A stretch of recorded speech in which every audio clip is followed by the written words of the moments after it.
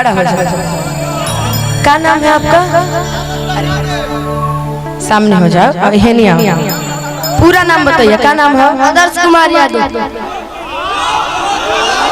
कि जतिये बरन मालूम बा जमाना के, अरे भाई हमारा जतु बंसी घर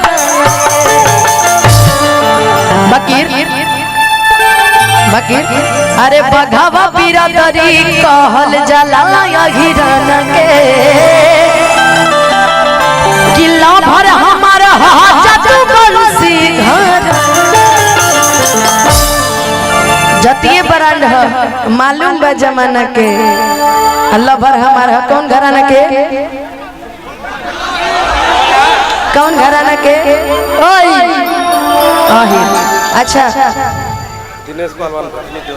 दिनेश पहलवान जी भटनी देवरिया इनकी तरफ से बहुत बहुत आशीर्वाद पुरस्कार। अच्छा तो डांस करे आवेला? झूठ ने आप लोग तो झूठे नाम बुलवा रहे थे, देखिए ना चला गया दौड़ के। इससे अच्छा तो हम इनको बुला लिए होते तो डांस कर दिए होते। लेकिन वाह वाकई कम से कम आए तो आप यहाँ खड़े तो हुए। वाह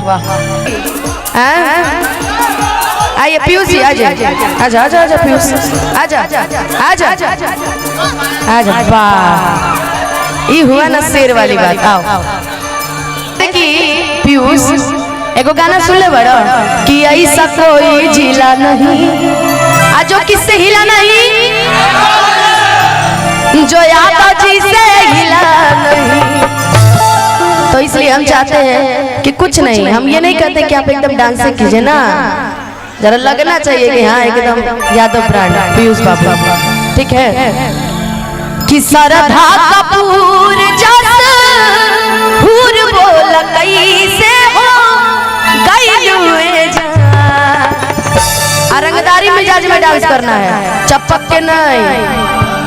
हम लोग का स्टाइल अलग है, दूर दूर से ऐसा डांस कर दीजिए कि देखती रह जाए, लेकिन दूर दूर से पास सटे तो ना बबना तलाके सैये के बेलन रोटी खइलू है, तलाके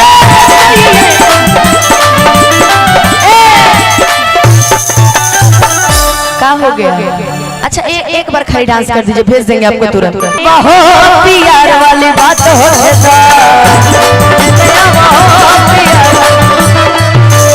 गोरी तो नहीं है, बहुत प्यार वाली बात हो